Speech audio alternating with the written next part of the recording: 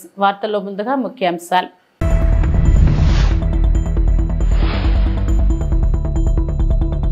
గుజరాత్లో దాహోద్లో 900 HP locomotive తయారీ plant ప్రారంభించిన ప్రధాని మోడీ.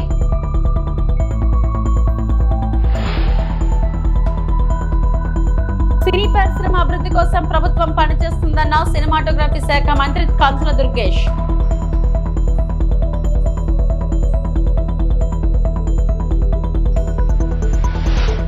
బొత్స వియంకుడికి అడ్డగోలుగా టీడీఆర్ కట్టబెట్టారు. పీతల మూర్తి యాదవ్ ఆరోపణ.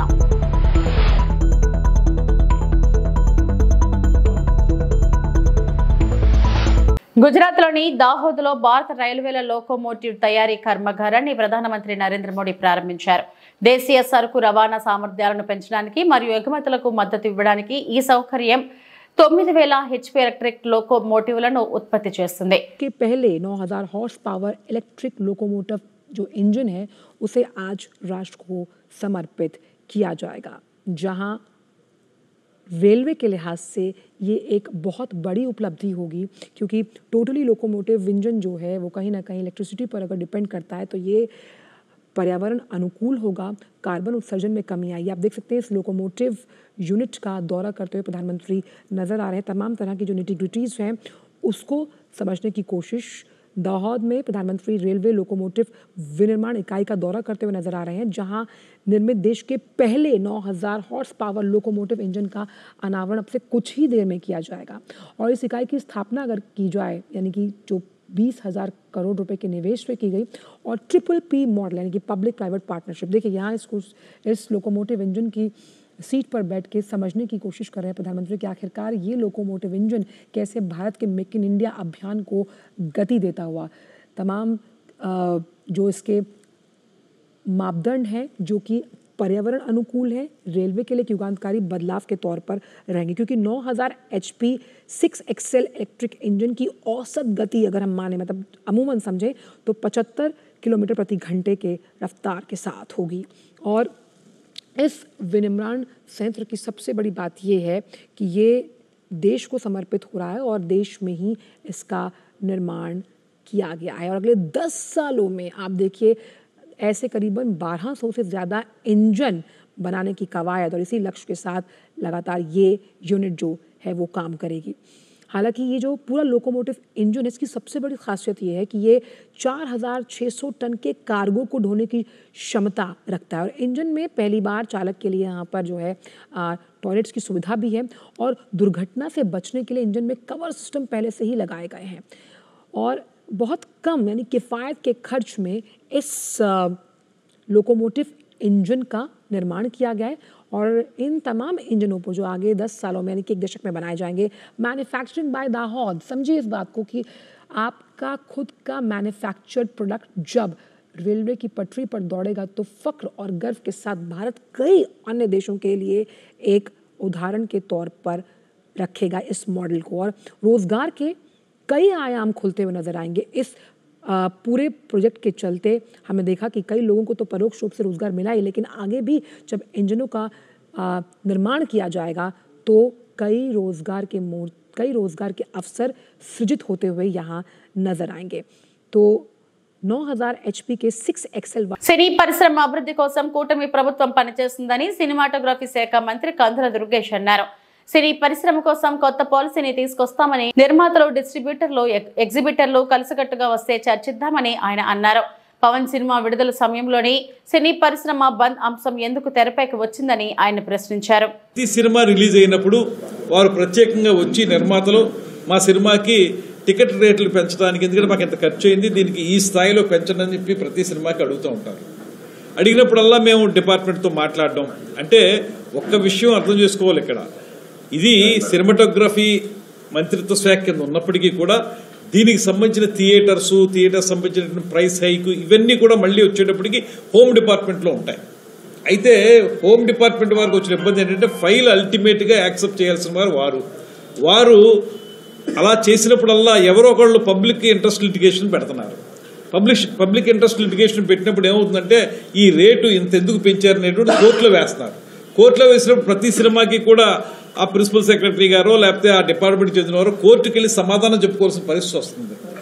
ఇవాళ అలా చేస్తున్నప్పుడు మాకు ఇబ్బందులు ఉన్నప్పటికీ కూడా డిపార్ట్మెంట్ పరంగా కానీ ప్రభుత్వ పరంగా ఇబ్బందులు ఉండి కోర్టులకు వెళ్లాల్సిన పరిస్థితి ఉన్నప్పటికీ కూడా నిర్మాతలు అంటే వాళ్ళు ఒక్కళ్లే కాదు, నిర్మాతలు, ఎగ్జిబిటర్స్, డిస్ట్రిబ్యూటర్స్, వాళ్ళ మీద ఆధారపడినటువంటి వందలాది కుటుంబాలు, వాళ్ళకి అయ్యేటువంటి వ్యయ ప్రయాసాలు, వడ్డీలు పెరిగిపోవడం, ఇవన్నీ దృష్టిలో పెట్టుకుని వాళ్ళకు రూపాయి రేటు పెంచితే వాళ్ళకి ఉపయోగపడుతుంది అనేటువంటి మాట. రూపాయి రేటు వాళ్ళకి పెంచితే అందులో పావళ మాకు జిఎస్టీ ద్వారానో ఎస్జిఎస్టీ ద్వారానో మాకు రాష్ట్రానికి కేంద్రానికి కూడా వచ్చేదానికి అవకాశం ఉంది.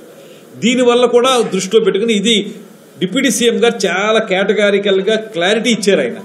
అలాంటి సమయంలో కొంతమంది, అందరం నేను అన్నగాని సినిమా ఇండస్ట్రీలో కొంతమంది మేము ఎలా అయినా చేసుకోగలం, మేమే చేసుకోగలం, మాకు సహకారం అవసరం లేదు అంటే మరి ఏ ప్రయోజనాన్ని ఆశించి వారు ఆ మాట అన్నారో నాకు తెలియదు. అదేవిధంగా మరి ఎవరి ప్రోద్బలంతో ఆ మాట అన్నారో కూడా నాకు తెలియదు. దీనికి మళ్ళీ మీకు కొంతమంది ఆనాటి ప్రభుత్వంలో మంత్రిగా ఉన్నటువంటి కొంతమంది బయటకు వచ్చి వారు కూడా రకరకాల మాటలు మాట్లాడుతున్నారు. ఇవాళ ఒక కొత్త పాలసీని తీసుకురావడానికి కూడా ఈ ప్రభుత్వం సిద్ధంగా ఉంది. ప్రతిసారి మీరు ఎవరుంటే ఆ ప్రభుత్వాలు ఉంటే వాళ్ళ దగ్గరికి వెళ్ళి దేహి అని అడగక్కర్లేదు. మీకు ఒక పాలసీ తీసుకొస్తాం, దాని ప్రకారం ఏ సినిమాకి ఎంత పెంచాలి, లేకపోతే సినిమా రంగానికి ఏ రకమైన సహకారం అందించాలి, ఎగ్జిబిటర్స్ని కానీ డిస్ట్రిబ్యూటర్స్ని కానీ, నిజమే ఎగ్జిబిటర్స్కి వాళ్ళ ఇబ్బంది ఉంది, వాళ్ళకి సింగిల్ థియేటర్స్ ఉన్నటువంటి వాళ్ళందరికీ కూడా ఇబ్బంది ఉంది, నో డౌట్. అందులో మల్టీప్లెక్స్ వాళ్ళకి ఏమైనా ఉపయోగం ఉందేమో కానీ సింగిల్ థియేటర్స్ ఉన్న వాళ్ళకి కష్టం ఉంది. ఇలాంటివన్నీ మనం పరిష్కరించుకోవడానికి ఒక పాలసీ తీసుకురావడానికి మేము సిద్ధంగా ఉన్నాం అనేటువంటి మాట చెప్తూ ఉన్నాం. మేము త్వరలో వారందరితో కూర్చొని మాట్లాడడానికి కూడా సిద్ధంగా ఉన్నాం. ఈ సందర్భంలో మా ఉప ముఖ్యమంత్రి గారు హీరోగా నటించినటువంటి హరిహర వీరమల్లు సినిమా విడుదల సందర్భంగానే బంద్ అనేటువంటి అంశం ఎందుకు తెర మీదకి వచ్చింది? సరే, ఇవాళ మీరు చెప్తూ ఉన్నారు బంధు లేదని. అసలు మీరు ఈ మాటని ఆ టాపిక్ బయటకు వచ్చినప్పుడు ఏదైతే మీకు సోషల్ మీడియాలో కానీ మీడియాలో కానీ అది సర్క్యులేట్ అవుతూ ఉందో ఆ సమయంలోనే ఎందుకు స్పందించి ఆ ఛాంబర్ వారు ఆ మాట చెప్పలేదు? ఎమ్మెల్యే డాక్టర్ పార్థసారథికి వినతి పత్రం ఇచ్చిన ఆదోని మున్సిపాలిటీ అవుట్సోర్సింగ్ ఉద్యోగులు. కర్నూలు జిల్లా ఆదోని నియోజకవర్గంలో ఇవాళ ఆదోని మున్సిపాలిటీకి సంబంధించిన అవుట్సోర్సింగ్ ఉద్యోగులు ఎమ్మెల్యే డాక్టర్ పార్థసారథికి వినతి పత్రం ఇవ్వడం జరిగింది. ఈరోజు ఆదోని మున్సిపాలిటీకి సంబంధించి ఇంజనీరింగ్ సెక్షన్ లో పనిచేసేటువంటి అవుట్సోర్సింగ్ ఎంప్లాయీస్ సుమారుగా 96 మంది ఉద్యోగస్తులు ఆదోనిలో మాత్రం ఉన్నారు. ఇలాగే రాష్ట్ర వ్యాప్తంగా ప్రతి మున్సిపాలిటీలో కూడా వందలాది మంది, వేలాది మంది, లక్షలాది మంది ఉద్యోగస్తులు కష్టపడతా ఉన్నారు. వీళ్ళని అవుట్సోర్సింగ్ ఉద్యోగస్తులుగా తీసుకొని కొంతమందిని 10 ఏళ్ళు అయితే, కొంతమందికి 15 ఏళ్ళు అయితే, కొంతమంది 25 ఏళ్ళు కూడా అవుతా ఉంది, కొంతమంది రిటైర్మెంట్కి దగ్గరకు కూడా వస్తూ ఉన్నారు. వీళ్ళని పర్మనెంట్ చేయకపోవడం అన్నది వీళ్ళు బాధపడే అంశం. ప్రభుత్వాలు ఎన్ని మారినా సరే ప్రభుత్వం వీళ్ళని పర్మనెంట్ ఎంప్లాయీస్గా చేయకపోవడం వల్ల ఇబ్బందులు పడతా ఉన్నారు. వీళ్ళ ప్రధానమైన డిమాండ్ లాస్ట్ టైం కూడా చెప్పారు వాళ్ళు నాకు. వీళ్ళ ప్రధానమైన డిమాండ్ ఏంటంటే జీతం తక్కువ వస్తుంది. వీళ్లతో పోల్చుకుంటే అదే మున్సిపాలిటీలో పనిచేసే పారిశుద్ధ్య కార్మికులకు 21,000 రూపాయల జీతం వస్తే, వీళ్లకు 15,000 రూపాయల జీతం వస్తే ఆ 15,000లో కటింగ్లు పోను 13,500 రూపాయలు మాత్రమే చేతికి వస్తుంది. ఆ 13,000తో ఎలా బతకాలి, కుటుంబాలను ఎలా నెట్టుకు రావాలా అన్నది వీళ్ళ ప్రధానమైన డిమాండ్. దాంతోపాటుగా రిటైర్మెంట్ బెనిఫిట్స్ లేవు అంటున్నారు. ఇక్కడ 2-3 రిటైర్మెంట్కి దగ్గరకు వచ్చాం. రిటైర్మెంట్ వస్తే ఓ పేపర్ చేతికి ఇచ్చి పంపిస్తారు తప్ప ₹1 చేతికి ఇచ్చి పంపించే పరిస్థితి లేదు. తర్వాత ఎలా బతకాలి మేము అనేది రెండవ ప్రశ్న వీళ్ళకి. వైకాపా హయాంలో భారీగా టీడీఆర్ కుంభకోణం జరిగిందని జనసేన కార్పొరేటర్ పీతల మూర్తి యాదవ్ ఆరోపించారు. మురికివాడల పేరిట టీడీఆర్ పేరుతో కోట్లు కొట్టేశారన్నారు. వత్స వియ్యంకుడు వెంకటరమణకు అడ్డగోలుగా టీడీఆర్ కట్టబెట్టారు. చేపలుప్పాడ, కాపులుప్పాడలో వెంచర్ వేశారు. 3,730 గజాల స్థలంలో 726 గజాలకు టీడీఆర్ ఇచ్చారు. బొత్సాలుడికి జీవీఎంసీ నుంచి గిఫ్ట్స్ 22 కోట్లు టీడీఆర్ ఇచ్చారు. 600 గజాలు రైల్వే న్యూ కాలనీలో వైకాపా మాజీ నేత మరియు ఫాతిమా రాణికి ఇచ్చారు. కుంభకోణానికి పాల్పడిన అధికారులపై చర్యలు తీసుకోవాలని పీతల మూర్తి యాదవ్ ఆరోపించారు. 726 గజాలు లేఅవుట్లో ఎక్సెస్ ఓపెన్ స్పేస్ ఉందంట. ఎక్కడైనా ఉడా అప్రూవ్డ్ లేఅవుట్లో 40 అడుగుల నుంచి 40 అడుగుల రోడ్డు ఆర్డీపీ చేశాడు. 40 అడుగుల నుంచి 40 అడుగుల రోడ్డుకి ఆర్డీపీ చేయడం ఏంటండి? టీడీఆర్ సర్టిఫికెట్లో పొందుపరిచారు ఆ విషయాన్ని. అంటే 3,726 గజాలు ఒక ఉడా అప్రూవ్డ్ లేఅవుట్ ఓపెన్ స్పేస్లో 7,452 గజాలకి టీడీఆర్ మంజూరు చేశారు. అప్పుడు చేసినటువంటి అధికారిని ఇప్పుడు రాష్ట్ర పట్టణ ప్రణాళిక విభాగం పెద్ద దిక్కు ఉన్నటువంటి అధికారిని రావూరి విద్యుల్లత అసలు లేఅవుట్ ఎక్సెస్ ఓపెన్ స్పేస్లో ఉడా ఓపెన్ స్పేస్లో బొత్స సత్యనారాయణ గారు మంత్రిగా ఉంటే అల్లుడు కోసం సోమి వెంకటరమణ గారికి 22 కోట్ల రూపాయలు చేసేటువంటి టీడీఆర్ని ఎలాగిస్తారండి? అక్కడ జీవీఎంసీ అయినా రోడ్డు ఫారం చేసిందా? అక్కడేమైనా 40 అడుగుల రోడ్డు 60 అడుగులు విస్తరించిందా? ఏ విధంగా ఇస్తారు? ఇది ఒక ఉదాహరణ. అంటే అధికారాన్ని అడ్డం పెట్టుకొని ఇది లేఅవుట్ కాపీ, ఇది ఉడా అప్రూవ్డ్ ఎల్పి లేఅవుట్ కాపీ. అధికారాన్ని అడ్డం పెట్టుకొని వైఎస్ఆర్ కాంగ్రెస్ పార్టీ ప్రభుత్వంలో జగన్మోహన్ రెడ్డి నేతృత్వంలో ఏ విధంగా లేఅవుట్ ఓపెన్ స్పేసుల్లో కూడా ఉడా అప్రూవ్డ్, అది కూడా పంచాయతీ అప్రూవ్డ్ కూడా కాదు.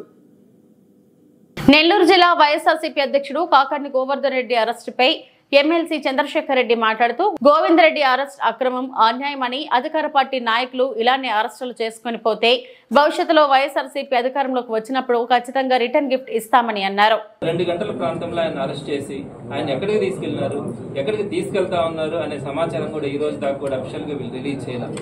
ఇది ఒక పొలిటికల్ గా ఒక మినిస్టర్ గా పనిచేస్తున్నటువంటి ఒక వ్యక్తిని అరెస్ట్ చేసినప్పుడు గానీ, అరెస్ట్ చేసి తీసుకొస్తున్నప్పుడు గానీ కనీసం సమాచారం ఇవ్వాలా? ఇక్కడ ఒక జిల్లాకు సంబంధించిన ఒక రాష్ట్రంలోనే ఒక పాపులర్ అయినటువంటి ఒక ఫెమిలియర్, ఈ రాష్ట్రానికి సేవ చేసినటువంటి వ్యక్తి, మరి అటువంటి వ్యక్తిని అరెస్ట్ చేసినప్పుడు కానీ ఇవన్నీ కూడా మినిమం ప్రోటోకాల్ పాటించకుండా పోలీసులు ప్రవర్తిస్తున్న తీరైతే మాత్రం చాలా మంది బాధపడుతూ ఉన్నారు. ఈరోజు జిల్లా వ్యాప్తంగా ఉన్నటువంటి వైఎస్ఆర్సీపీ అంతా కూడా కాకాని గోవర్ధన్ రెడ్డి గారికి అండగా నిలబడడం కూడా జరుగుతుంది. ఇది అత్యంత దురదృష్టకరమైనటువంటి ఇష్యూ కూడా.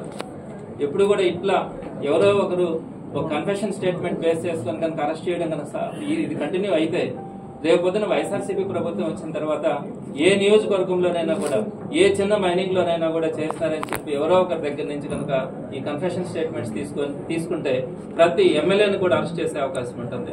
సో ఇది మంచి పద్ధతి కాదన్నది కూడా ఈ రోజు ఇక్కడ ఉన్నటువంటి ఎమ్మెల్యేలు కానీ మంత్రులు కానీ మీరందరూ కూడా ఆలోచించాలి. ఎప్పుడైనా ఉందా ఈ సంస్కృతి?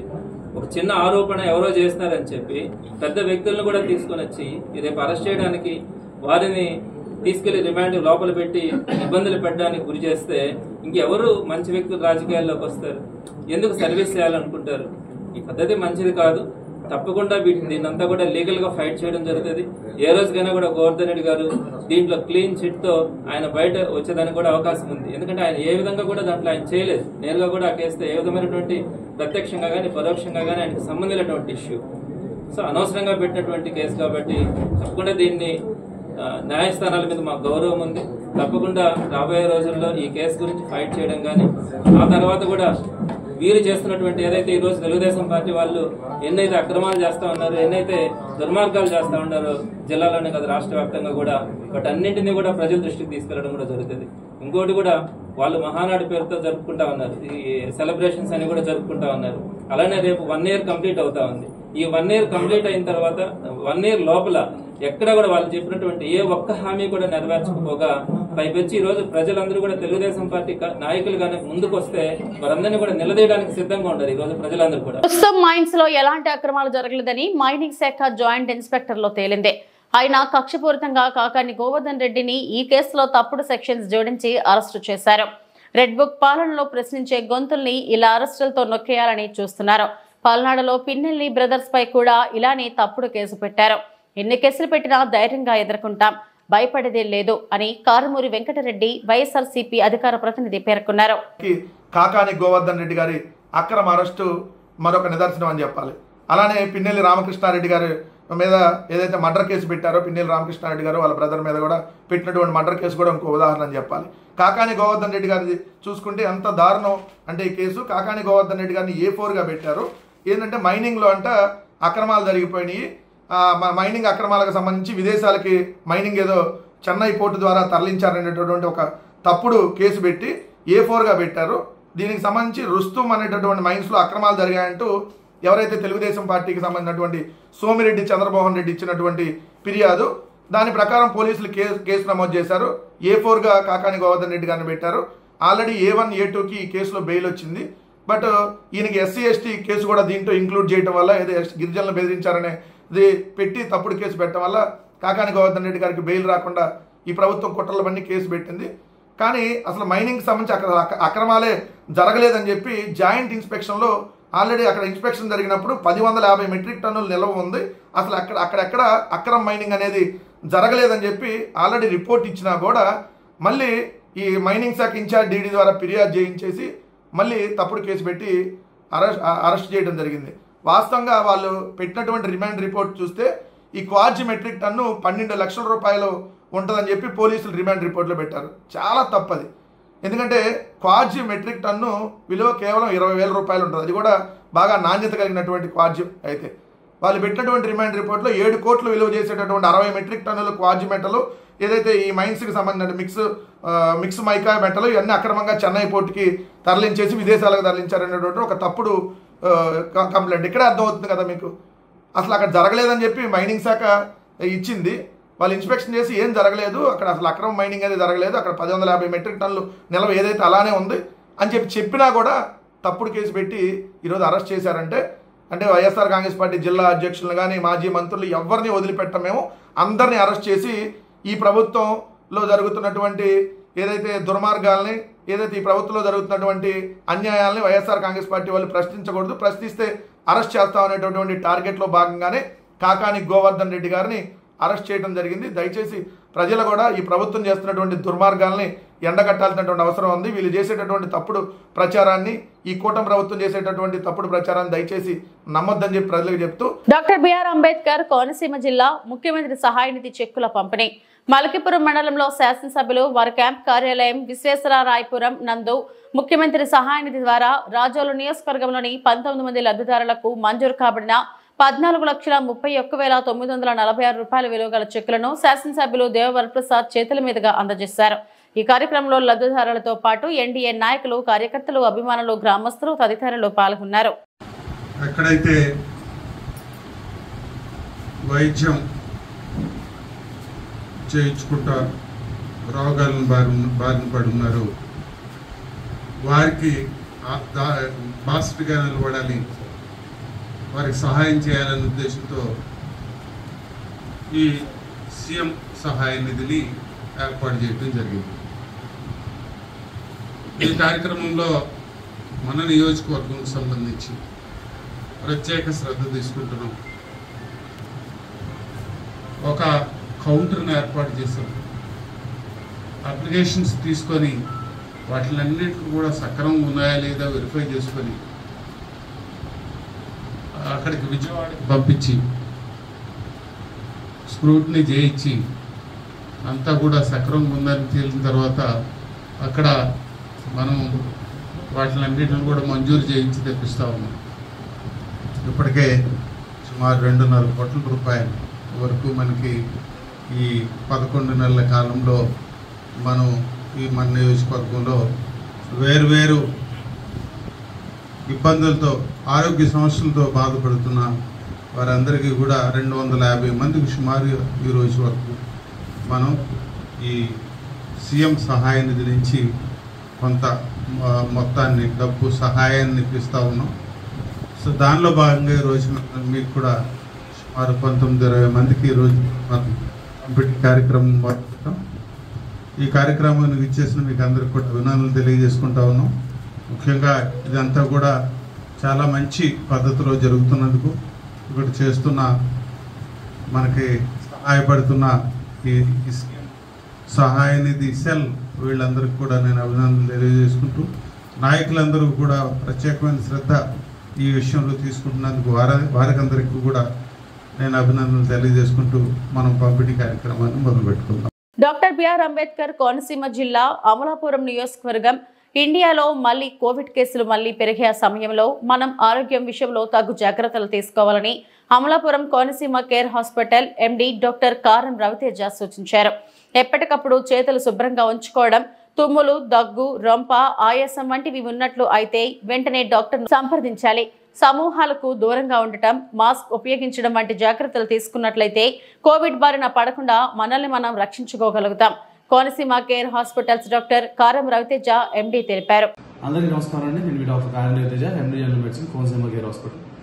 సో మన ఇండియాలో మళ్ళీ కోవిడ్ కేసులు అన్నీ పెరగడం జరుగుతున్నాయండి.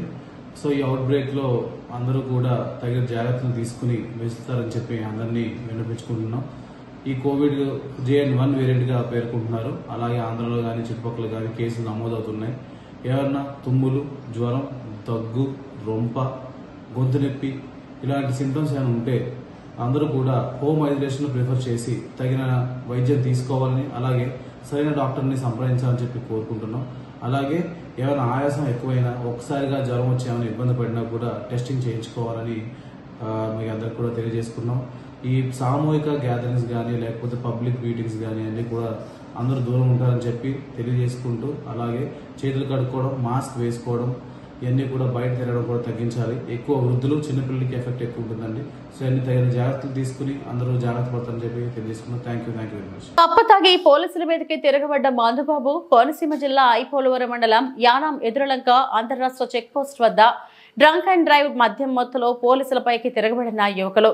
మందుబాబును అదుపులోకి తీసుకున్న పోలీసులు.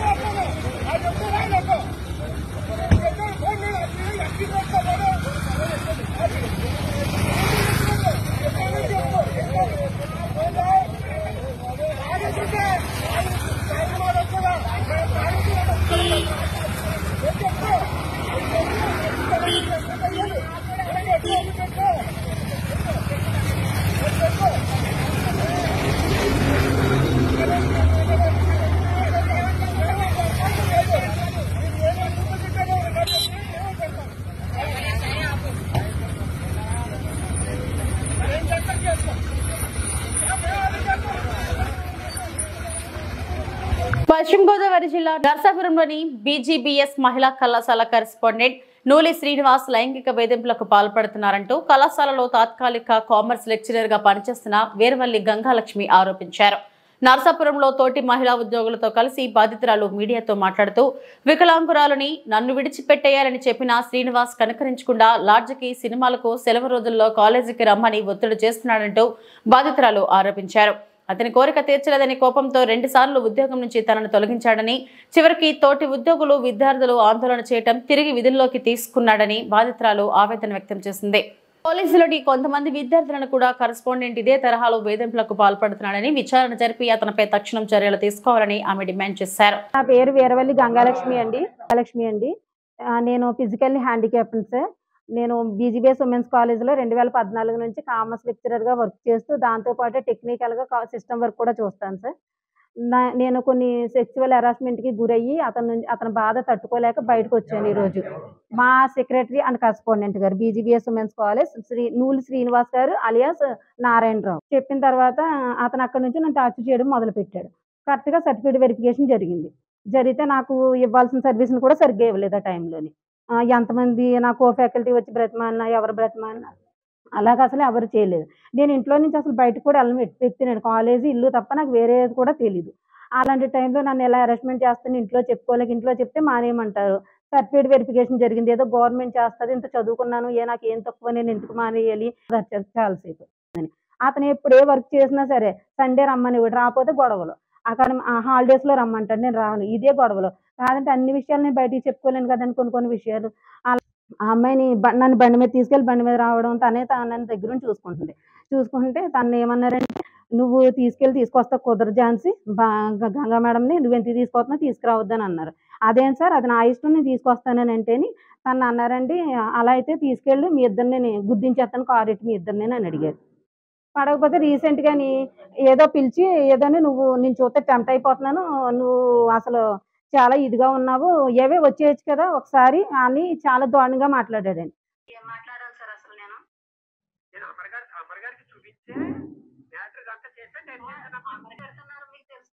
స్టూడెంట్స్ కూడా ఉండేవారు, చాలా మంది స్టూడెంట్స్ కూడా పిల్లల దగ్గర కూడా ఇలాగని మాట్లాడితే పిల్లల్ని కూడా వేధించేవాడు. నా పిల్లలు కూడా నా దగ్గరకు వచ్చి చెప్పడం చాలా మంది జరిగింది. కూర్చోబెట్టి మాట్లాడతాడు అక్కడ, అప్పుడు వర్ణిస్తాడు. అలా చేసేవాడు ప్రూఫ్స్ అన్ని తీసుకొస్తే ఊడుకోదు కదా సార్, ఫోన్ అక్కడ ఇవి ఇప్పటివరకు నా బులెటిన్ అప్డేట్స్. నమస్తే.